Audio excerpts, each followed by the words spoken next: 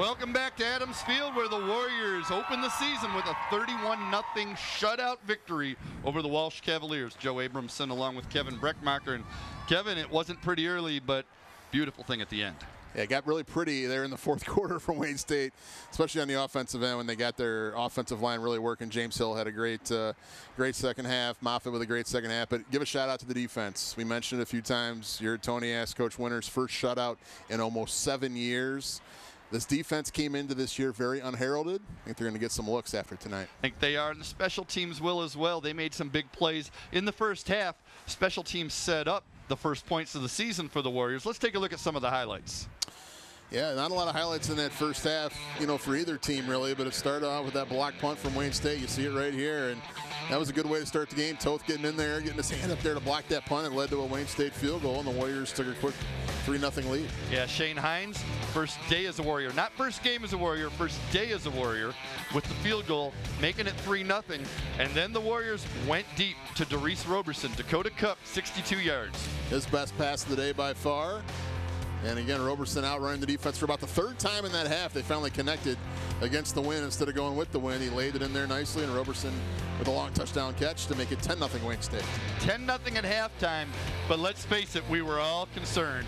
Things weren't really happening, and even early in the third quarter, they weren't happening. And then all of a sudden, somebody named James Hill showed up. Yeah, he definitely showed up in a big way, and there he is right here. And this was the start of the good things to come, hurdling a defenders, taking up the middle. He ran well left, he ran well right, he ran well up the middle. He showed some power, he showed some finesse, he showed some nimbleness, if I can use that word right here. I would have used that word, and I'll tell you what, he set up the touchdown for Deontay Moffitt. Moffitt finishes the game with 50 yards rushing, Hill with 88. Moffitt had 2 touchdowns, one of them right there. Hill had 1 touchdown. The Warriors just came up huge at the end of the game. And let's give credit up front. Israel Helms, Tommy Richardson, as you see Samson Ty with that interception that helped close things out late in the game. Charlie Younger, Lane Potter, Justin Toxtein, Adam McJunkin, Pelham, Glenn. You see James Hill getting his touchdown right here. The Warriors kept things going. Yeah, Hill, again, that's his lone touchdown of the night. He set up 2 touchdowns and scored 1 of his own. And, Wayne State just dominated running the football in that second half. Here's Moffitt's second touchdown as he bounced it outside, and there was nothing between him and the end zone. Almost let go of that ball a little too early there, Mr. Moffitt. He also picks it up, too. I think he realized he might have, because he went and got it. Take a look. He did fumble it. And right here, touchdown. That's when it's a touchdown. Yeah. And, let's give credit to the fullback, number 34, Steven Sharon, because he didn't touch the ball, but he was opening holes for both those guys and for Demetrius Stinson. Hey, you know what? Demetrius Stinson had 81 yards. He averaged 5.8 yards per carry, and he's the afterthought.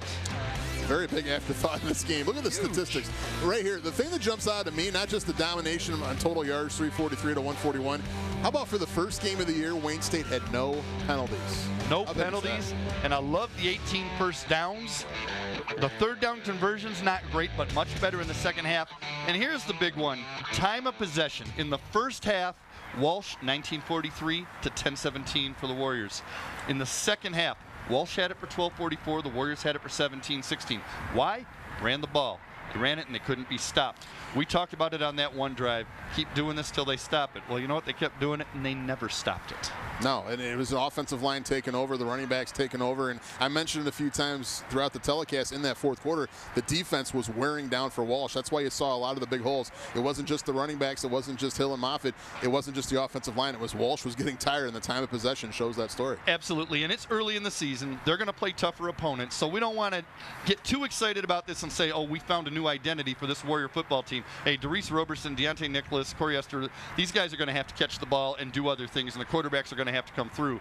But I'll tell you something, they just serve notice that on the ground, they're a team to be reckoned with. Oh, absolutely. And I think they can take that confidence in the second half offensively and carry that into the game against UIndy next Saturday night, a top 15 team at the moment. They're playing Grand Valley right now. We'll see how that game kind of shakes out. But definitely the toughest non-conference game for Wayne State this year will be next week down in Indiana, in Indianapolis. And we'll see if they can get the passing game going a little bit. Who's going to be the quarterback? We'll see. I don't know. But that's your job to find out. Well, I'll try to find that out after the game and let you know.